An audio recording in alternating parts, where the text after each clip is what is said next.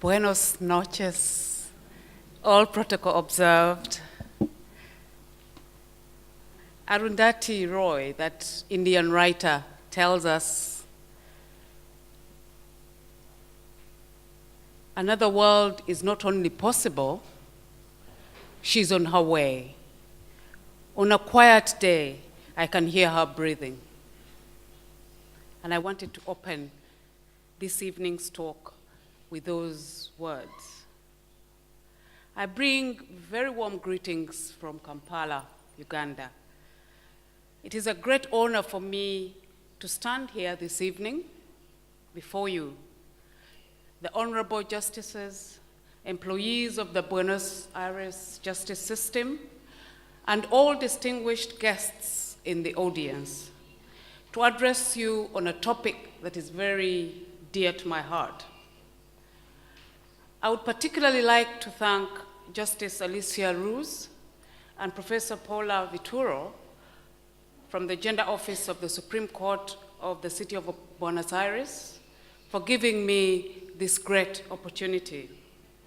For me, my presence here signifies the revival of serious South-South intellectual cooperation, which is in dire need of stimulation.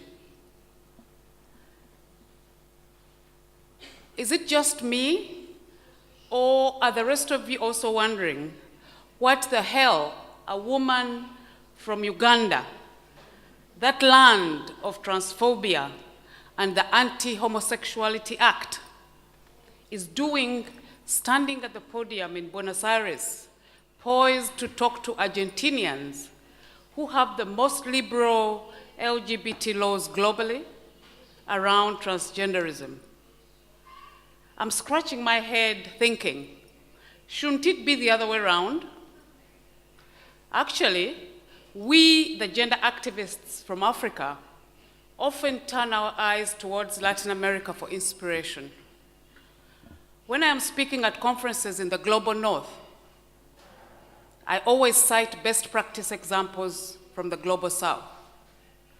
Whether it is Brazil's savvy approach to the HIV/AIDS epidemic, Chilean grassroots women fighting Pinochet's military dictatorship through their Pihela workshops movement, or your beautiful country having progressive LGBT policies and the premier trans-friendly legal environment in the entire world. I was indeed flattered to receive an invitation to come here and talk about issues of which you are many light years ahead of us in terms of the legal protection of marginalized groups.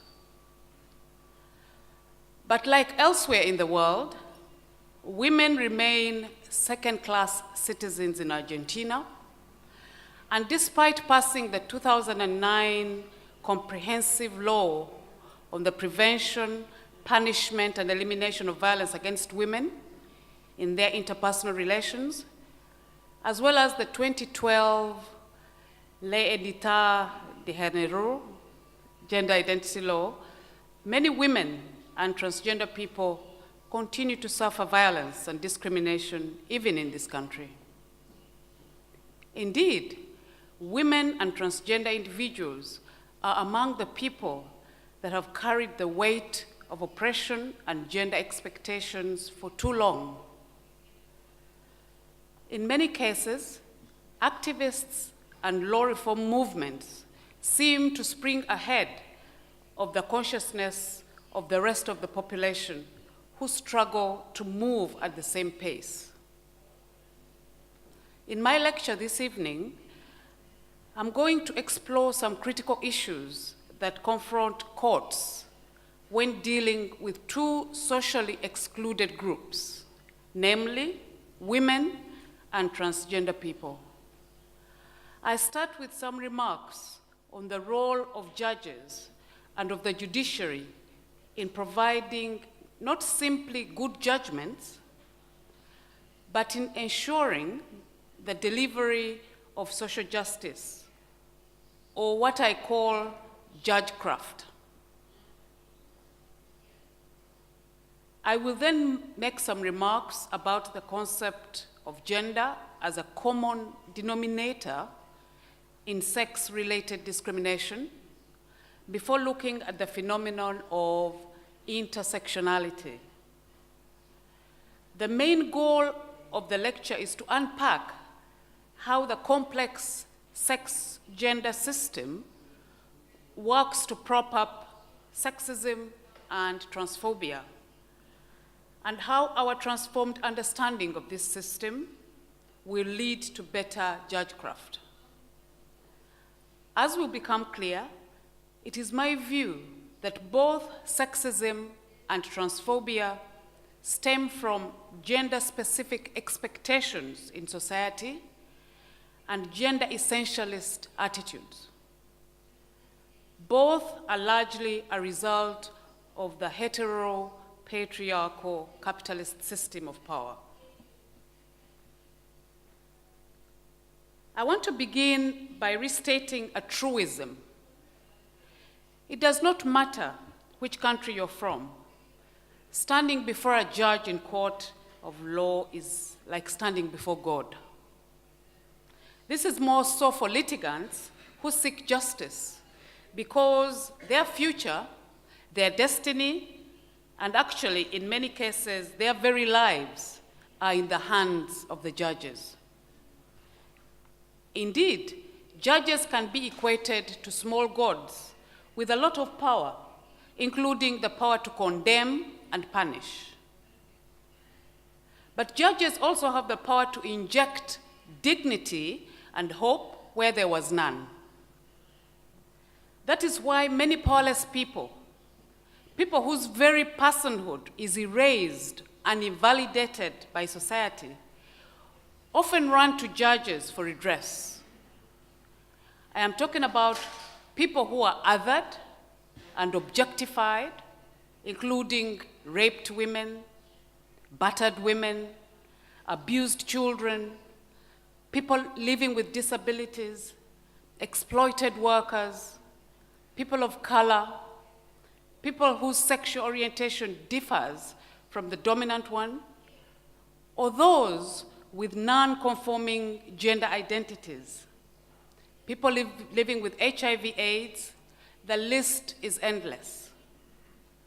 I am talking about the ordinary people navigating the multiple structures of power erected on the social landscape, trying their best to shape their own destinies and forge a meaningful life for themselves.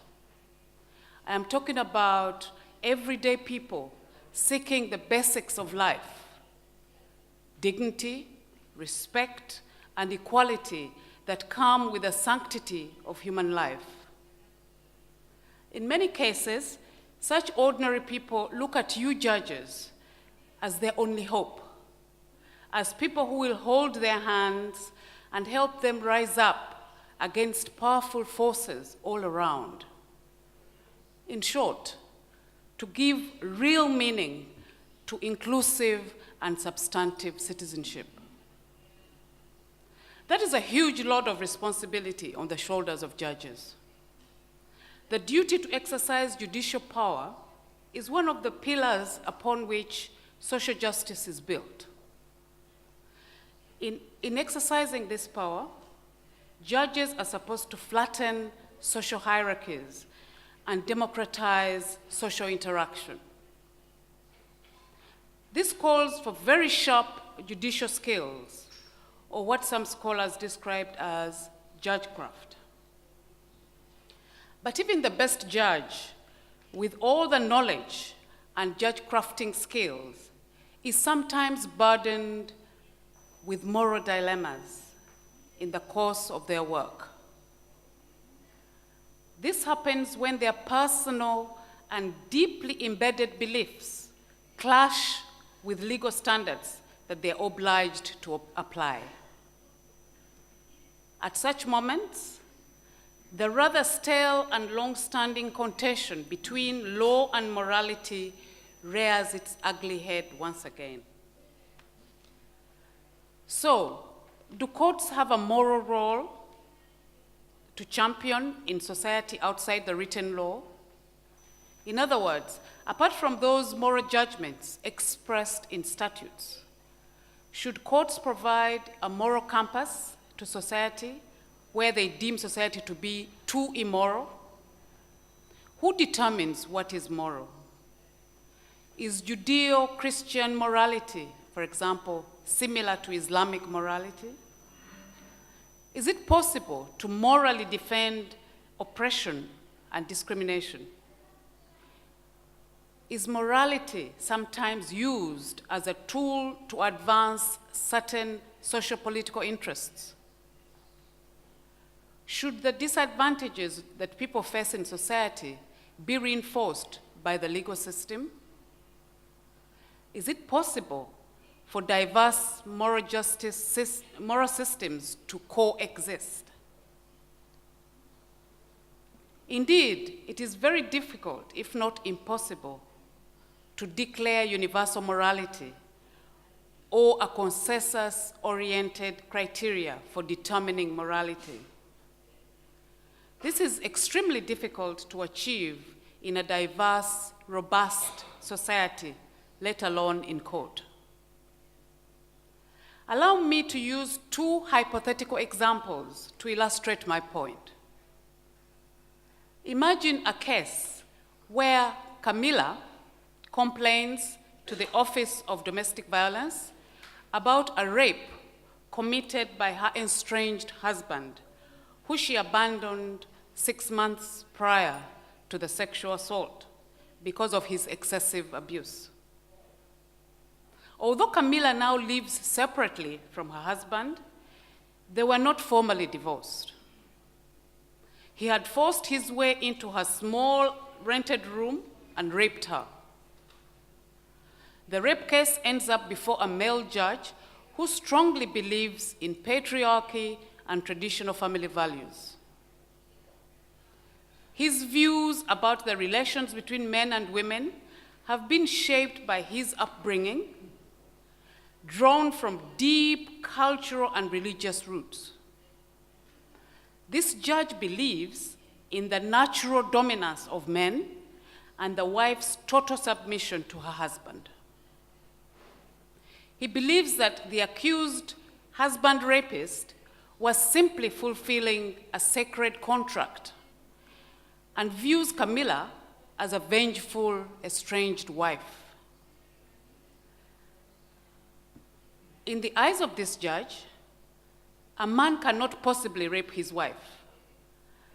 And this man's pursuit of Camila for sex is a positive signal of reconciliation and a way of saving the honor and sanctity of the marriage institution. Such sexual relations do not qualify as a crime against sexual integrity in his understanding, and therefore finds no need to pass a harsh punishment against Camila's husband. As far as this judge is concerned, marriage is an icon of the sacred union between Christ and the church, only possibly cut short by death. Hence, such a judge will view Camila's complaint of marital rape not only as incomprehensible, but also immoral. It would matter little to such a judge that the Constitution or the Civil and Commercial Code speak the language of equality between men and women, between husbands and wives. Or let's imagine another case where a hate crime committed against Agustina, a trans woman, is scheduled to be heard before a devout Catholic female judge. Every fiber in her body and every cell in her brain tells the judge that transgenderism is at best a mental disorder, at worst, Western democratic liberalism gone haywire. Her worldview, nurtured in religion, is that there are only two sexes, determined not by our feelings, but by God. As far as this judge is concerned, Agustina and the whole transgender agenda goes against God's will, and she strongly agrees with Pope Francis' advice to transgenders: learn to live with your bodies. Doesn't Section 2 of the Constitution specifically state that, and I quote, the federal government supports the Roman Catholic Apostolic religion?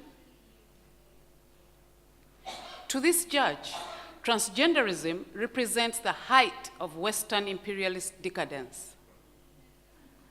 She strongly feels that it is her solemn duty to lead the wayward society back on the morally straight and more narrow. She just cannot bring herself to follow a law that recognizes the so-called rights of transgender people. The thought of her tax money being legally used by doctors to surgically or pharmacologically alter God's creation makes her feel sick to the stomach. My submission this evening is that the views of the judges in the two examples above are neither unique nor are they evil. In fact, many of us in this room can relate to their conflicting emotions. We're all burdened by our prejudices and stereotypes. These feelings are constructed, shaped, and maintained by dominant discourses and by our life experiences. Without even realizing it, we often speak from a position of privilege: white privilege, male privilege, class privilege, age privilege, heterosexual privilege, ableism privilege, cisgender privilege, and so forth, uncritically affirming our own moral standards and imposing them on non-dominant groups. So if you were in the shoes of those two judges, sitting on the bench to dispense justice for Camila and Agustina, what would you do? Would you recuse yourself from hearing the cases on moral grounds? What about the judicial oath that you took to uphold the Constitution and to do right to all manner of people? Would you reflect upon your personal prejudices and acknowledge them? Would you allow them to influence your judicial decisions? Judges must reflect deeply on their judicial skills or judgecraft, including the ability to set their personal beliefs and politics aside. In other words, judges should never judge while judging. The courtroom is where one's biases, prejudices, and blinders must be shelved and consciously counteracted.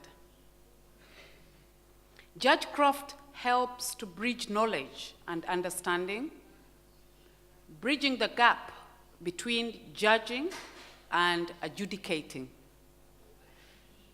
It is a concept that connects judges and the underprivileged who come to their courts. The term judgecraft can be summarized as the art of adjudicating that incorporates all the 2003 Bangalore principles of judicial conduct, which govern both the common law and the civil law systems. To put it differently, conscientious judgecraft requires courts to approach law not as a sword, but as a shield. When law is used as a shield, it protects and shields citizens from violations, injustice, and oppression. It trumps prejudice, stereotypes, and ignorance. But we know very well that law can also be abused and used as a sword to legitimize violence, injustice, and oppression. So I'm turning to the concept of gender, looking at it as the common denominator in sex-related discrimination. Like the rest of us, both Camila and Agustina are prisoners of gender. Gender shapes and constrains our lives. It orders our place in society's sexual hierarchy. Society constructs gender as a binary concept that gives meaning to the identity, roles, and behaviors of men and women. The framework of gender is constructed using the biological bricks of the embodied sex. According to its binary logic, if your biological sex assignment at birth is male, your gender identity is expected to be masculine. If it is female, feminine. In hetero-patriarchal capitalist societies, the meaning attached to masculinity holds more value and power than that attached to femininity. But those whose gender identity does not match with the biological sex assigned to them at birth, like Agustina, do not fit into this dominant gender configuration. And that is why they are ostracized. In a capitalist political economy, where profit maximization is key, the exploitation of labor is inevitable. Wage earners in the marketplace, the majority being male, are paid less than the value of their labor in order to maximize profits. This state of affairs is further facilitated by the complex web of productive and reproductive work that women perform within the domestic arena for no pay. For example, the free gendered responsibilities that most women undertake through subsistence farming, caring for children, caring for the elderly and the sick, cooking, cleaning, and so on, play an important role in subsidizing capital's cost of production and the government budget. Apart from their unremunerated work in the care economy, studies worldwide show that women in the marketplace generally earn less than their male counterparts. Such double exploitation within and outside the marketplace inevitably places women at a disadvantage, and it explains, in part, their subordinate status. We do not have the time and space this evening for an unelaborate discussion of how heteropatriarchal capitalist ideology operates to maintain gender hierarchies. Suffice it to say that the ideological frameworks operationalized through institutions like culture, religion, education, the media, and the law work in tandem to reinforce and benefit patriarchy, and capitalism. Maintaining the gender framework is important in sustaining the patriarchal capitalist political economy. Therefore, any challenges or attempted adjustments to its mechanics pose serious challenges to the status quo. Women and men who defy or violate the socially prescribed feminine or masculine gender stereotypes by asserting their individual characteristics often face a backlash.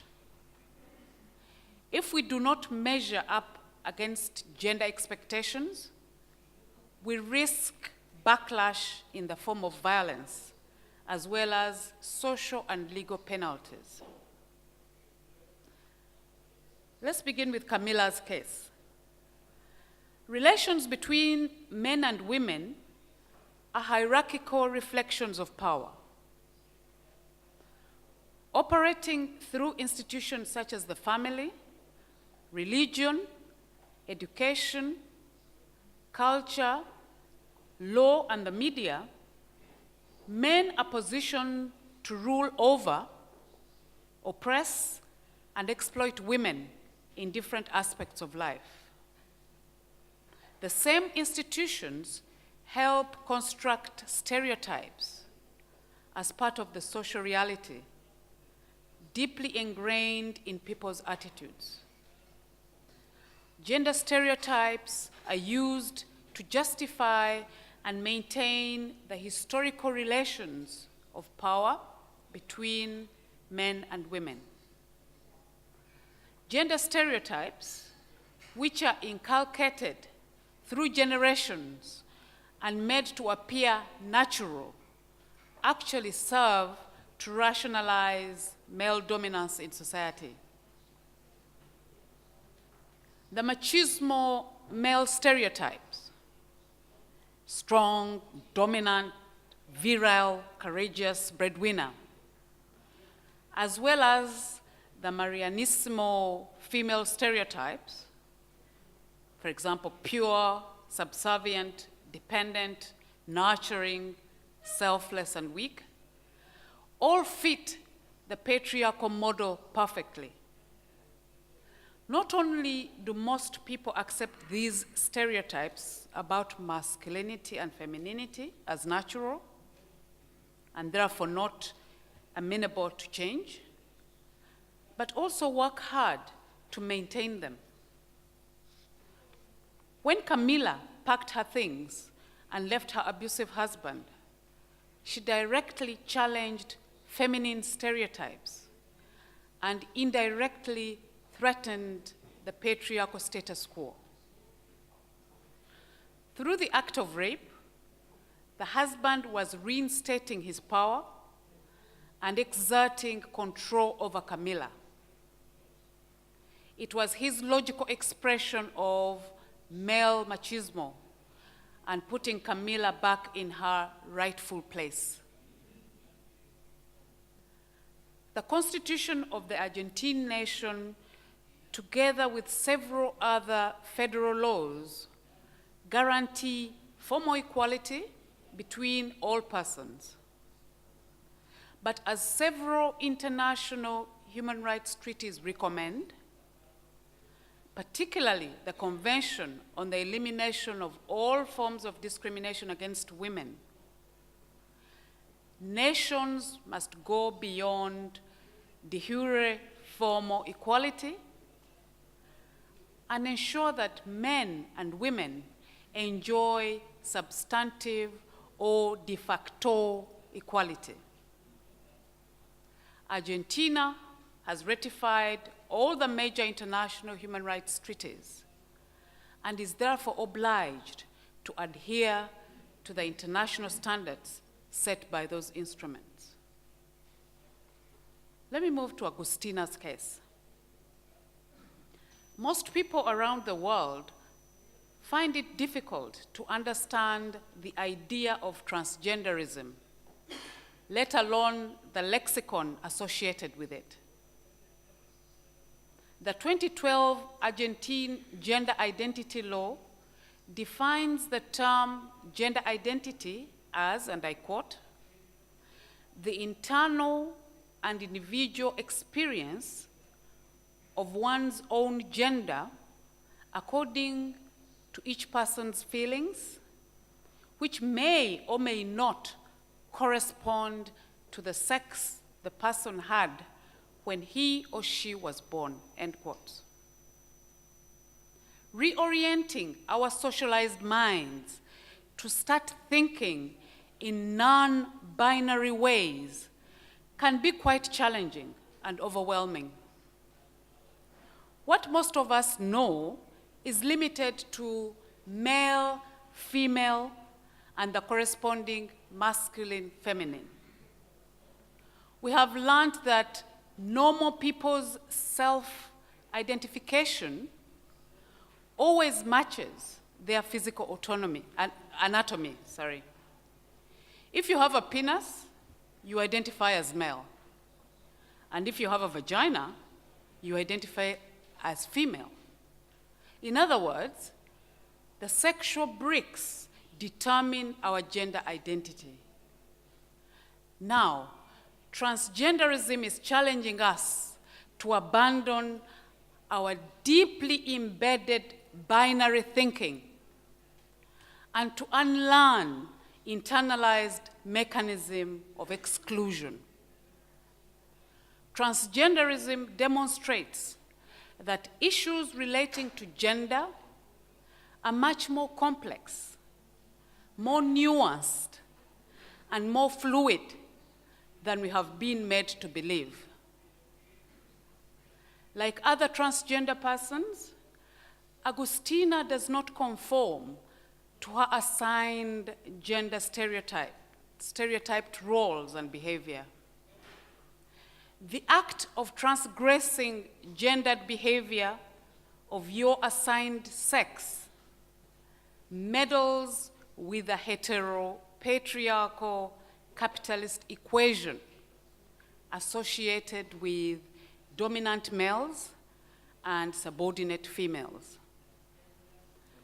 This explains, in part, the violence meted out against those perceived as defiant individuals who do not fit into the given gender formula.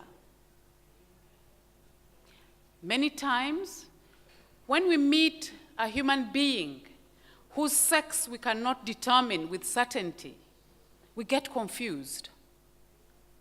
The confusion may be a result of the ambiguous physical appearance of the person or the dissonance created by the mismatch between physical sex and gender performance and dress.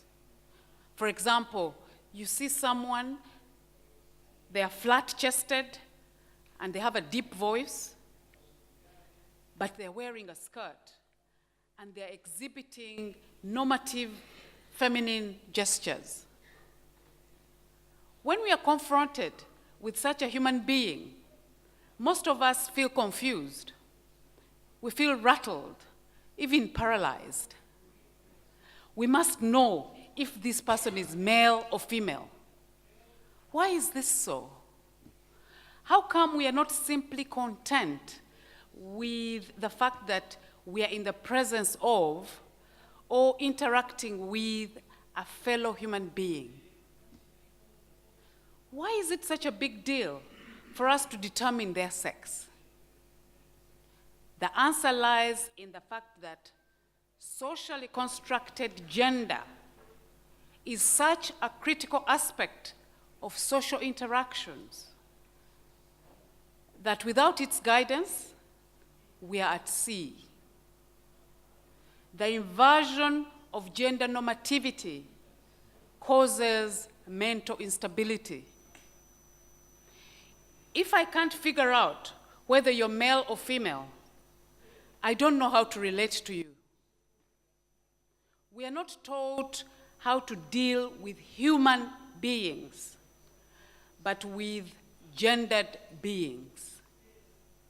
Just as we learn to interact with racialized bodies, classed bodies, religious bodies, and so on, absent these labels, we are lost, frozen, even paralyzed as to how to relate to others.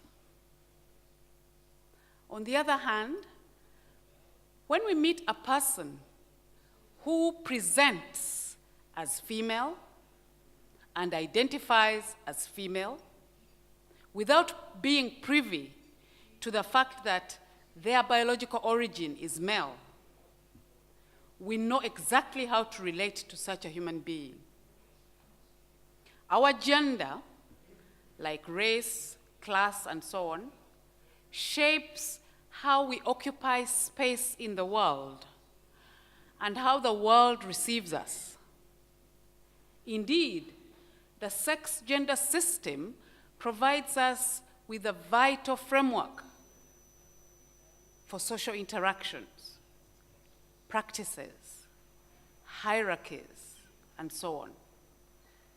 It breaks down our social paralysis by informing us which of the two neat little boxes a human being must fit into, male or female. In fact, our newfound comfort, that is thinking that a trans woman is a cis woman, glosses over the complex and contested power struggles inherent in the sex-gender system. It whitewashes the script and performance we are involved in the arena of the gender play. Like many other phenomena, such as race and sexuality, the subordinate status of women in society and issues of gender identity are created by society. They are social constructs. The systems of patriarchy, cisgenderism, and capitalism are close first cousins that strongly reinforce each other to maintain the existing status quo. People like Agustina, who do not conform to the tenets of these systems, threaten to disrupt the systems of dominance that prop up those in power. Those with social power abuse it by delegitimizing the experiences of people like Agustina, who do not drive the selfish agendas of those at the helm. When we support such strategies, we fall into the trap of essentialism, which imputes a fundamental and basic quality to sex and gender. It has the effect of erasing or othering important lived experiences and identities of some human beings. Sex and gender go beyond the reductionist dualisms of male-female. They expand across a complex spectrum. People like Agustina, who do not fit the traditional descriptive categories of man or woman, fall under the broad umbrella term transgender, which includes diverse populations whose gender identities and/or expressions differ from the sex assigned to them at birth. For example, transsexuals, transvestites, genderqueers, and intersexed persons.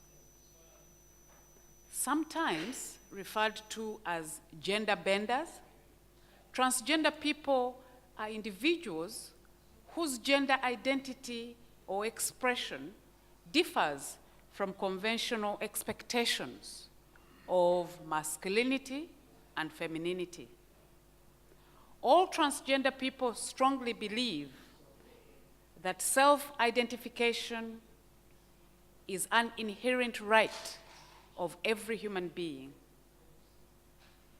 In a world of inequality and injustice, it is much easier to work in either-or binaries. With binaries, it is easier to impose norms, to prescribe and proscribe behavior, and to create hierarchies. Hence, the human race is reduced to whites on one hand and non-whites on the other. Never mind that there exists no white-skinned people on planet Earth. Racialized shades of brown, pink, peach, and beige skins are arbitrarily constructed to facilitate systems of inequality. In the same way, ticking one of two neat boxes marked male or female works perfectly in patriarchal capitalist systems. That way, everyone knows their position in the gender hierarchy, their gender roles, and how to relate with each other.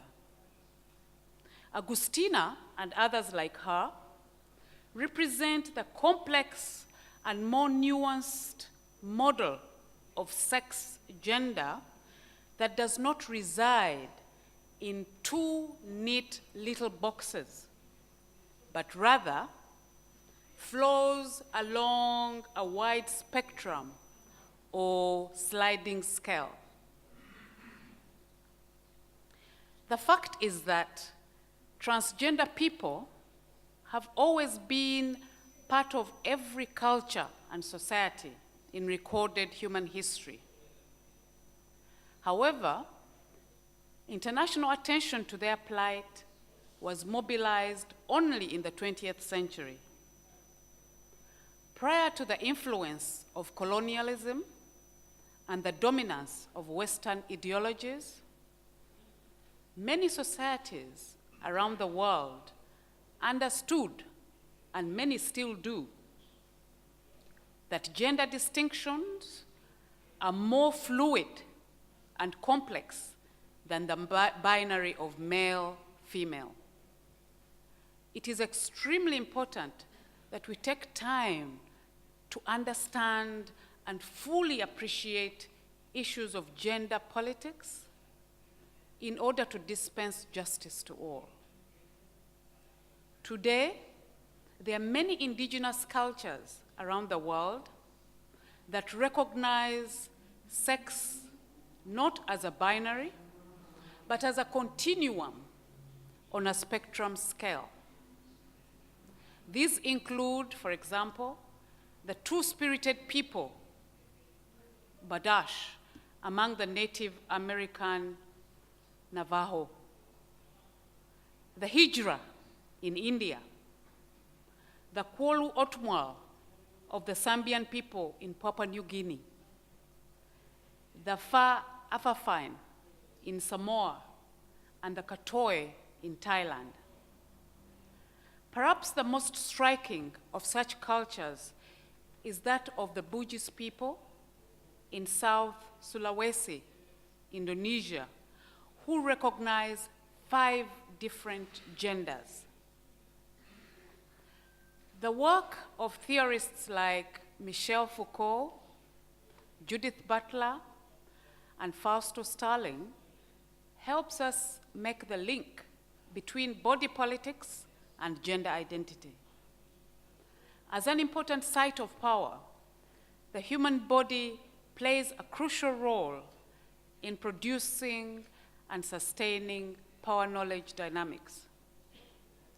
At the very core of hetero patriarchal capitalist societies is the maintenance of the hierarchy of superior males and inferior females. Therefore, any sexual gender ambiguity must be eliminated. Most importantly, under this system, it must not be left to individuals like Agustina to choose their sex or gender. Now, very briefly, let me talk about intersectional discrimination. Our gender-based discussion of the cases of Camila and Agustina focused on the discrimination they suffered based on sexism and transphobia, respectively. However, we must note that both women have several other defining characteristics that may potentially constitute a basis for further discrimination. No human being operates from a single plane. Rather, our identity is derived from different intersecting social identities. For example, a white heterosexual married woman. The vulnerability of people who are socially excluded is often exacerbated by intersectional discrimination based on their multiple identities. For example, if Camila is from one of the indigenous populations and lives in poverty, in addition to sexism, she will suffer intersectional discrimination based on other socially constructed categories of race and class. Therefore, her experience of sexism will be very different from that of a white middle-class Argentine woman. Similarly, if Agustina also happens to be disabled and living with HIV/AIDS, she would suffer the combination of discriminatory treatments based on those various grounds to produce compounded discrimination. A refugee trans woman in Argentina would not obtain her gender congruent identity card as easily as a middle-class Argentine trans woman would under the 2012 gender identity law. Updating IDs to match their gender identity is extremely important for people like Agustina in order to access healthcare services and to travel through immigration points without being accused of impersonation or fraud. Courts must always be alive to such diversities and adopt an intersectional perspective that considers all facets of marginalization. Such a perspective would not only acknowledge the voices of those who face multiple discrimination, but also actively listen to what they have to say. Legal theorist Mari Mastuda offers an investigative tool of dealing with multiple oppressions by asking what she calls the other question. She suggests that in order to see the interconnectedness of different forms of subordination, when you see something patriarchal, you ask, where are the class interests in this? Or where is the racism in this? Or where is the transphobia in this, and so forth? Moreover, just because Agustina is a transgender woman does not necessarily mean that she's a homosexual. gender identity is quite different from sexual orientation. To conclude, the controversies surrounding gender relations and gender identity are not new. They stem from the fact that gender as a concept is socially constructed, formulated to achieve specific goals. Gender, which builds hierarchies based on biological sex, accords biological differences exaggerated importance.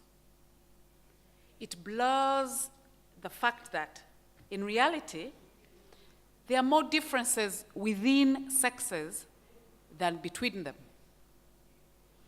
This fact is particularly illuminated when gender intersects with class, race, ethnicity, religion, disability, sexuality, and other categories of culturally created differences. The marginalization of women and trans people is both a result of and integral to the sex-gender system of power, which builds hierarchies based on one's assigned sex at birth. Our raised awareness of transgenderism reveals that the traditional sex categories are oversimplified and, like gender, are also socially constructed.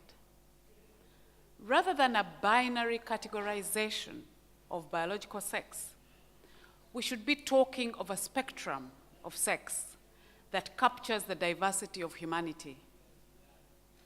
Men and women who cross the gender boundaries of compulsory masculinity and femininity are pushed to the margins of society to face systemic oppression and violence. Transgender individuals fall within the social group of people with a hybrid of gender liminal or gender variant bodies that do not fit neatly into the rigid spaces of male or female gender. Their bodies are liminal because they transcend the dichotomous male-female gender boundaries that most of us are familiar with. For this reason, society victimizes trans people, subjecting them to violence, ridicule, and persecution.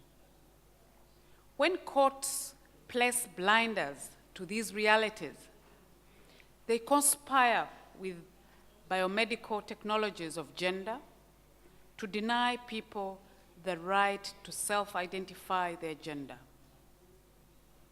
Once we recognize that the concept of sex and gender are much more complex and fluid than the binary male gender, masculine, feminine setup presented to us, then it is easier to appreciate transgender identities.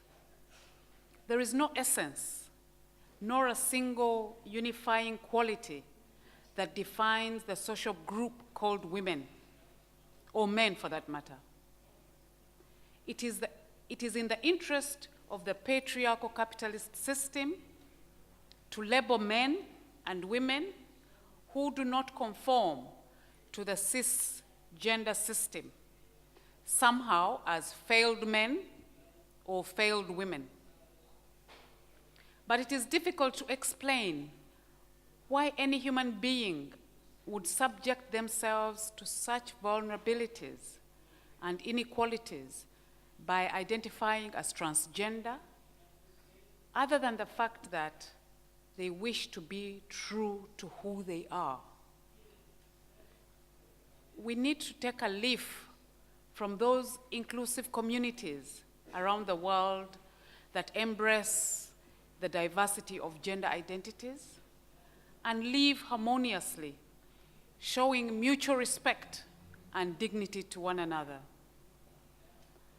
I know that as a traditionally civil law country, Argentina followed the inquisitorial judicial system where the judge is allowed to probe and inquire and raise awareness. In my humble view, this system, by its very nature, is more amenable to social change.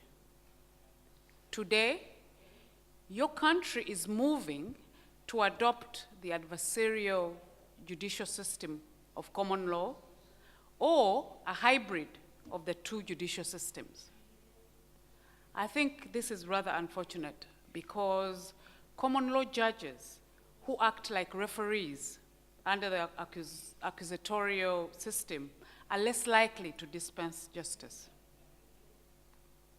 The energy generated by the progressive laws that Argentina has enacted on women and LGBT individuals lifted the spirit of marginalized social groups to phenomenal heights. Was this energy allowed to dissipate in this country? If so, why? Did the activists channel an equal dose of energy towards an elaborate strategy to sensitize those within the law enforcement machinery? Has formal equality failed to translate into substantive equality for these social groups? If women, trans people, and other marginalized groups are to realize de facto equality, then it is essential that concrete steps be taken to ensure that the lip service attention paid to equality is replaced with the substantive protection of their rights. I end with a call for all of us to celebrate diversity rather than sameness, to go beyond simply hearing and practice active listening to those who are different, to empathize with the marginalized, and to be open to unlearning by challenging our established perspectives. Women's lives matter. Transgender people's lives matter. Thank you for listening to me.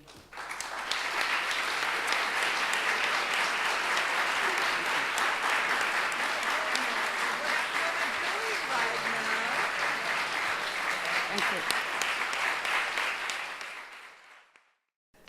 Bueno, buenas tardes a todos. Un placer estar con ustedes esta tarde. Lo primero es agradecer al Superior Tribunal de Justicia de la Ciudad Autónoma de Buenos Aires, todos amigos, todos colegas, por esta invitación, y especialmente a Alicia Ruiz, que me citó y me invitó para este panel. Gracias a Sylvia Tamale por su magnífico speech, que va a costar comentar a la misma altura. Quizás para comenzar, Sylvia, decir que todos tenemos que compartir y que aprender de las luchas que dan otros, en territorios que a primera vista parecen muy distintos, pero que, como dicen los gringos, at the end of the day, al final del día, resultan ser no tan distintos. Las batallas son más o menos las mismas. Yo tomé tantas notas que no sé si voy a poder ser ordenada en esto, pero vamos a intentarlo, y no demasiado larga tampoco. El planteo de Sylvia Tamale consiste en señalar que las desiguales relaciones entre hombres y mujeres y la consiguiente subordinación femenina y el cuestionamiento al concepto binario socialmente instalado de género son parte de una concepción heteropatriarcal y capitalista predominante y son funcionales a su mantenimiento. En ese contexto, la profesora Tamale señala que los jueces tienen funciones que cumplir que no consisten precisamente en juzgar, sino en impartir justicia. Espero que esta sea más o menos la traducción entre judge and a judge, adjudicating. El planteo de Sylvia relaciona a los jueces y las juezas con la posibilidad de impartir justicia dejando de lado valoraciones personales, de modo que el derecho sea un escudo que usen para proteger a quienes vieron borrada su personalidad por la sociedad, y no una espada que sirva para lesionar. Algunas cosas quiero comentar sobre esto. Una consiste en el esfuerzo de su discurso en acotar la influencia de los parámetros convencionales de la moral del juez o de la jueza y de la moral de la sociedad al impartir justicia.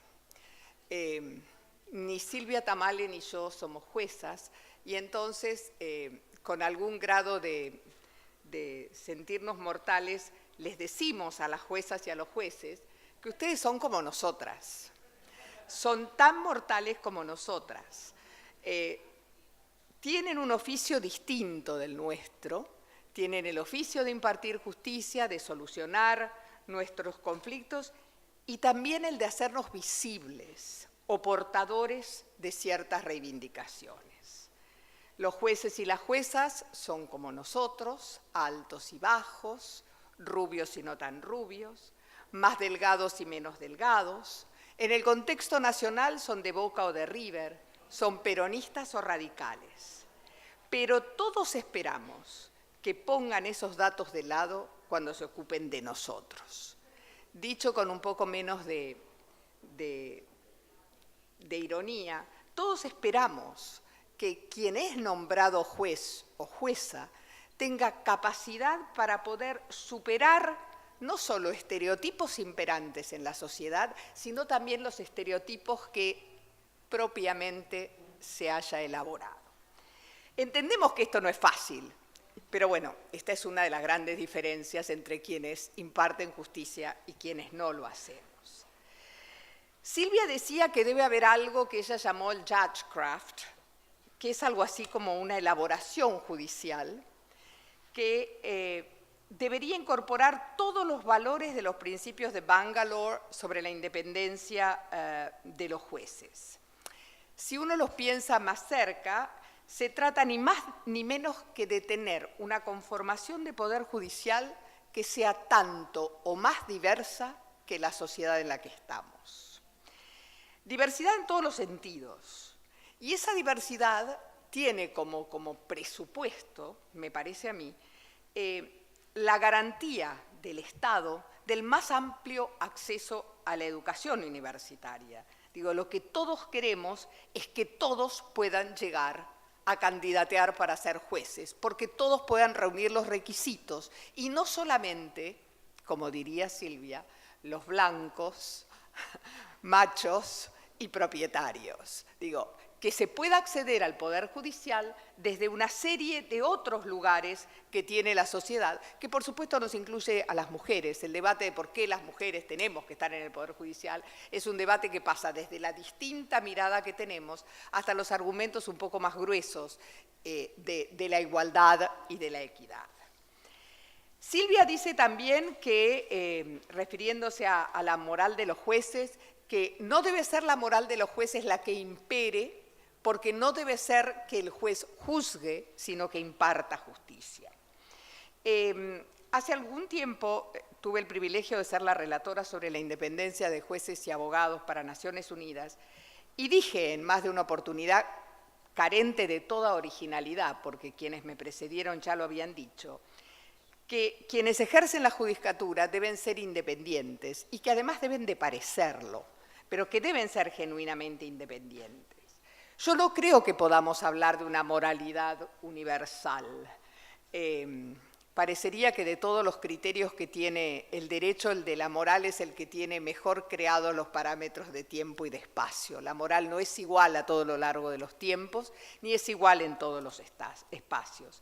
Pero ciertamente yo creo que deberíamos darnos cuenta que criterios de respeto a la libertad y a la dignidad de las personas que surgen de los instrumentos de derechos humanos que han sido ratificados por la inmensa mayoría de los estados. Hay aproximadamente unos 150 estados vinculados por criterios gruesos de respeto a los derechos humanos, a la libertad y a la dignidad de todas las personas en condiciones de igualdad y sin discriminación. Esos criterios deberían de ser la regla, deberían de ser la unidad de medida para poder trabajar sobre los planteos de los demás. La supremacía de una moral sobre otra es eventualmente una tarea de las religiones. Cuando uno la trae al terreno de los derechos, esto parece que se transforma en una suerte de imperialismo moral inadmisible. Una de las características de esto que llamamos derechos humanos es haber surgido en un modernismo que solo dio capacidad a los magistrados, no creo que hubiera magistradas en ese momento, para ocuparse de las cuestiones del Estado, no de las cuestiones de la Iglesia. Y en este sentido, y en una variante mucho más pragmática, basta ver a las víctimas. Las víctimas de violación de derechos humanos no necesitan ir a una facultad de Derecho para saber que lo son. Las víctimas se dan cuenta de eso que les está pasando y saben que eso que les pasa mal, que no debería suceder, que no es, como decía hace un rato Alicia hablando de la igualdad, que no es un destino inexorable, que es una violación del principio de igualdad. La necesidad de que quien tenga que decidir sobre los destinos o sobre los conflictos que se plantean pueda tener la suficiente grandeza, entrenamiento, capacidad para poner de lado su propio criterio y decidir en el caso concreto, es básicamente una de estas cosas que uno pone de relieve como uno de los datos del Estado de Derecho. Y esto me lleva al otro argumento de Sylvia Tamale, que es pensar al derecho como escudo, como protección.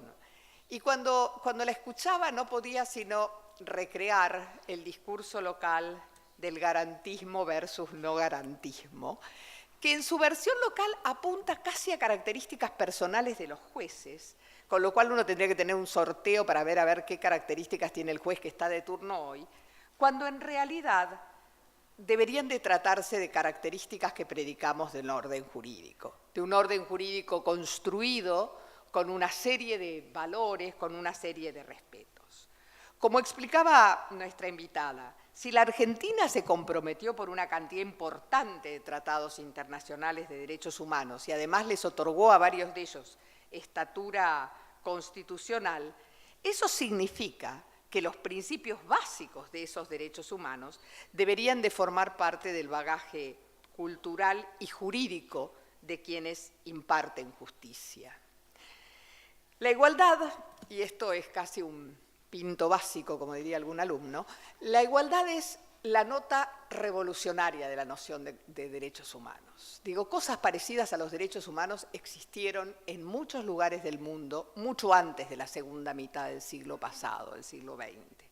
La cosa sustancial y cualitativamente distinta de los derechos humanos fue haber tomado todo eso que algún día se dijo de los ciudadanos, de los varones, de los propietarios, y decir, bueno, se la damos a todos, pero todos no son iguales. Esa es la primera constatación. Basta con que haya 2 partos y salgan 2 chicos de 2 panzas para que uno se dé cuenta que no todos son iguales. Y lo maravilloso de una gran decisión política, como creo yo que fueron los derechos humanos, de una construcción social, como diría Sylvia, es que la decisión fue que el derecho fuera la herramienta para igualar. A partir de hoy, el orden jurídico dice que somos todos iguales. Esa igualdad es la que esperamos que el discurso judicial, que la elaboración judicial coloque en el lugar de privilegio. La igualdad es hasta el día de hoy básicamente lo que más viene fallando en el tema de los derechos humanos. Si la igualdad hubiera estado consagrada desde el primer día, tendríamos infinita cantidad menor de violaciones de derechos humanos que señalar. Pero cuando estamos hablando de la igualdad, y hablamos de la igualdad en los casos concretos que Sylvia presentó, la igualdad en el tema de los derechos de las mujeres, la igualdad en los temas más gruesos de género, de identidad de género. No estamos hablando de la igualdad en el sentido liberal del término. Estamos hablando de una igualdad que requiere de algunos otros datos.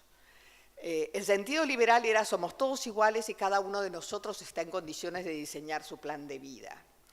Pero lo que parece claro es que, al menos en los ejemplos que Sylvia trajo, la posibilidad de diseñar el plan de vida está absolutamente ausente, aun cuando hagamos declaraciones de amor por ese derecho al plan de vida. Se necesitan actos concretos, se necesitan cosas que sean mucho más materialmente tangibles para que esos planes de vida puedan ser algo más que un discurso vacío. En este tema yo creo que a lo mejor el gran aporte de los derechos humanos con los años no es solamente el de existir y el de permitirnos hablar de esta novedosa lectura de la igualdad, sino el que con el tiempo los derechos humanos se están transformando en un criterio de interpretación del derecho.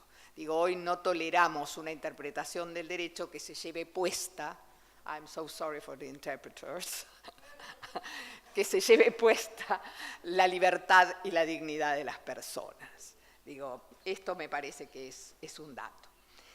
Entre las cosas que mencionaba nuestra invitada está el tema de la situación de inferioridad de las mujeres respecto de los varones en un mundo que, como ella señala, es producto de una sociedad heteropatriarcal y capitalista, y que obviamente refleja lo que todos sabemos, las desiguales relaciones de poder entre hombres y mujeres en el mundo.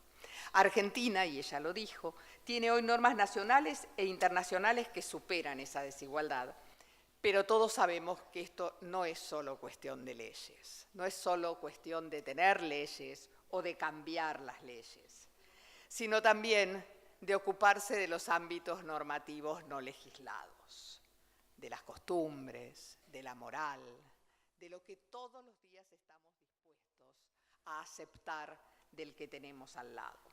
De ahí que, tomando un discurso feminista que obviamente no es mío, pero que todas hemos en algún momento endosado, es bueno que los jueces y las juezas se den cuenta que lo personal es político, porque si no en este terreno es mucho más difícil avanzar.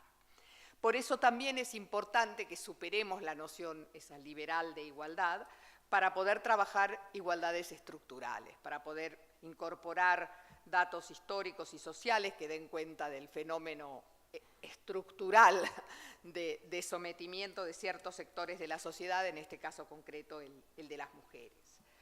En países como el nuestro, en los cuales, y voy al ejemplo de Camila, el matrimonio es una sociedad, uno no debería de inferir con rapidez que uno de los socios tiene mayores derechos que el otro. Y entonces, digo, aún en el más clásico de los análisis del derecho, quizás al estilo Kelsen, ¿no? Teoría pura, no hay cómo tomar elementos del derecho para decir que hay uno que tiene más derechos que el otro.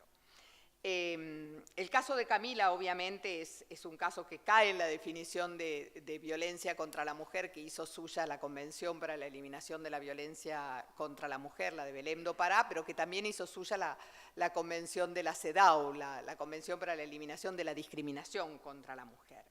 Y en este sentido, en esta parte del mundo en la que nosotros estamos, en el sistema interamericano de derechos, hay algunos estándares de derecho que hablan de el deber de diligencia reforzada en los casos de violencia. Campo Algodonero, que es una sentencia de la Corte Interamericana de Derechos Humanos, deja todos los elementos de un deber de debida diligencia reforzada como para poder trabajar en esto.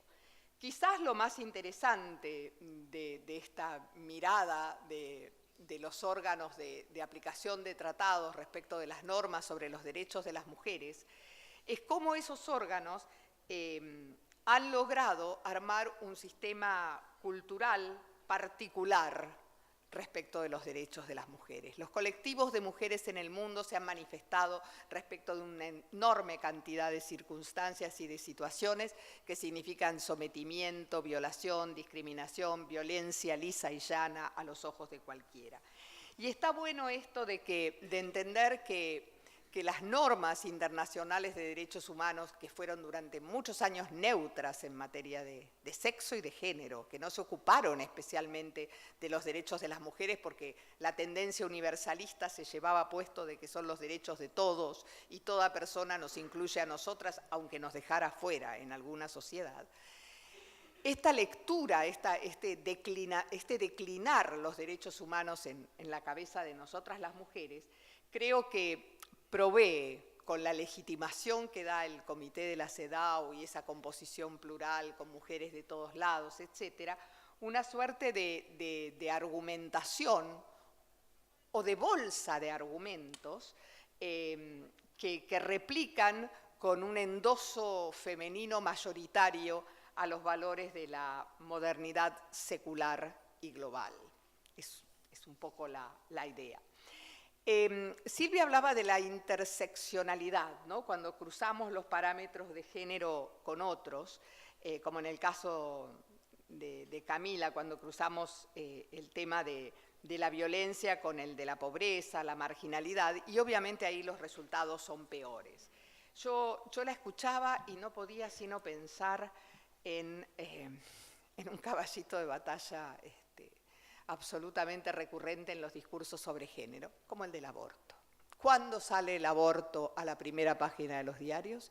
Y bueno, cuando cruzamos derechos de las mujeres con pobreza, con marginalidad, con juventud.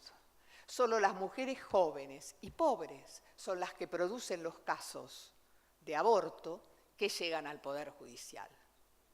De clase media para arriba, eso se soluciona por otras vías.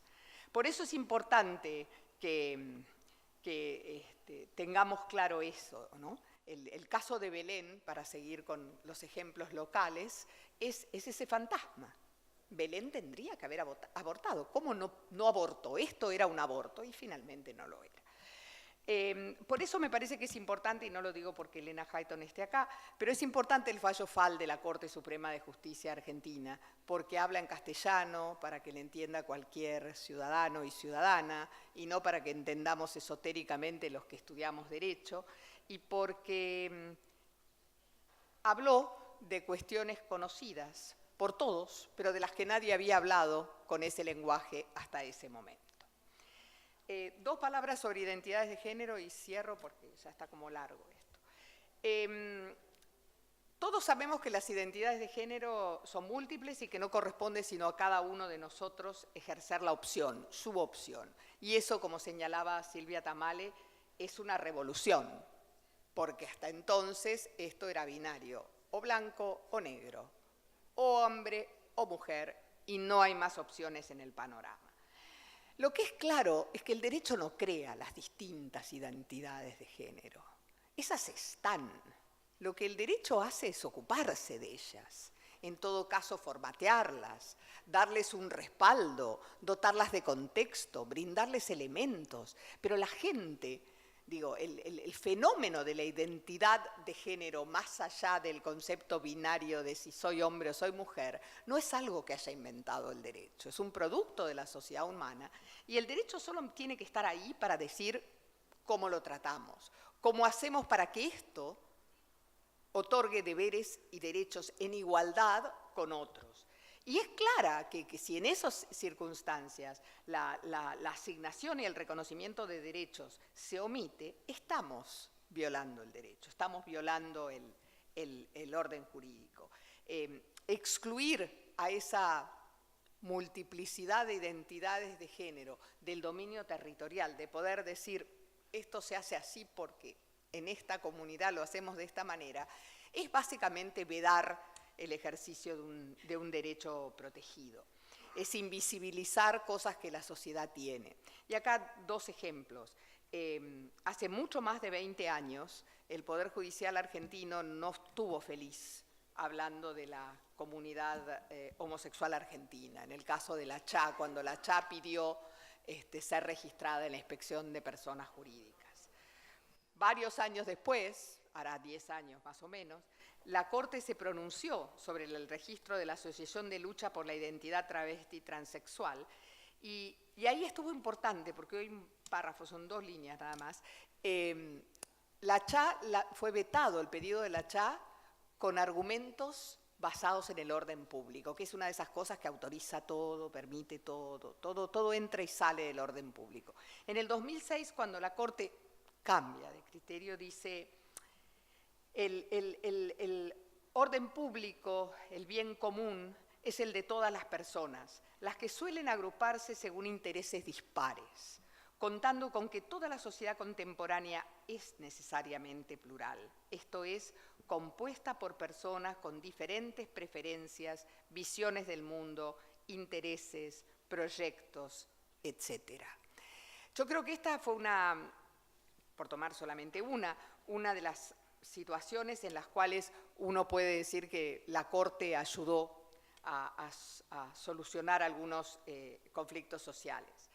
Hablábamos de invisibilización y me acordaba de los casos de cambio de nombre. Y no podía sino recordar a una militante trans en estos temas, que era Loana Berkins, que me vino a ver en su momento para decirme cómo hacíamos en la Facultad de Derecho para tratar a quienes estaban registrados con el nombre que correspondía a su acta de nacimiento, por el sexo que había sido atribuido en ese momento, y no con el nombre, con la identidad de género con la que se identificaban. Digo, es una perogrullada lo que estoy diciendo, pero... y ahí teníamos problemas graves. Loana decía, usted tiene que sacar una norma que diga que Juan se puede llamar Juana. Y yo decía, no podemos. Lo podemos hacer, pero no podemos sacar una norma. Digo, el sistema interamericano tiene entre esas cosas que no son derogables ni en estado de emergencia, el derecho al nombre.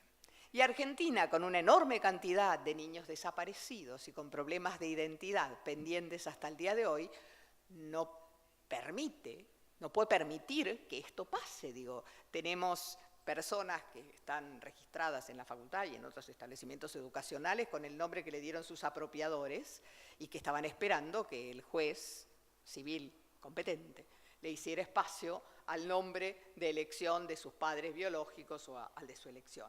Esto fue una cosa difícil de hablar con Loana, que además era una persona extremadamente cálida y que convidaba a que uno apoyara sus luchas. Afortunadamente encontramos un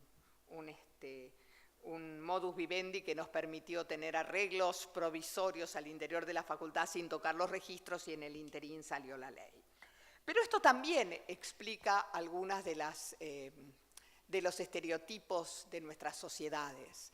Escuchándola a Sylvia no podía sino recrear el caso de Karen Atala Rifo, la jueza chilena, que hizo una opción de vida en un segundo matrimonio por una compañera de su mismo, una mujer, y que el entorno judicial chileno, que ella integraba porque era jueza, la consideró inhábil para poder criar a sus hijas. Si esto uno lo tuviera que poner en términos marketineros del derecho argentino, solo para conocedores, diría, como dice la Constitución argentina, le entregamos la vida y la fortuna de los argentinos, pero no la de las hijas. Lo cual es una sinrazón importante. Cierro con 2 cosas. Creo que el llamado a tomar en cuenta la diversidad que hace Sylvia es un llamado serio. Yo creo que la democracia exige igualdad, por lo menos exige una actitud constante de camino hacia la igualdad y de tratar de borrar las situaciones que llevan más rápidamente a la desigualdad que a la igualdad. Pero también creo, y estoy bastante convencida, que solo legitimando la diversidad vamos a llegar a la igualdad. No vamos a poder considerar y consagrar la igualdad si siempre vamos a estar esperando que todas pensemos lo mismo, digamos lo mismo, vengamos de un mismo origen, hagamos lo mismo y miremos el mundo con la misma perspectiva. Solo en el momento en que nos demos cuenta que podemos convivir con estas diversidades, es probable que la igualdad nos quede más cerca.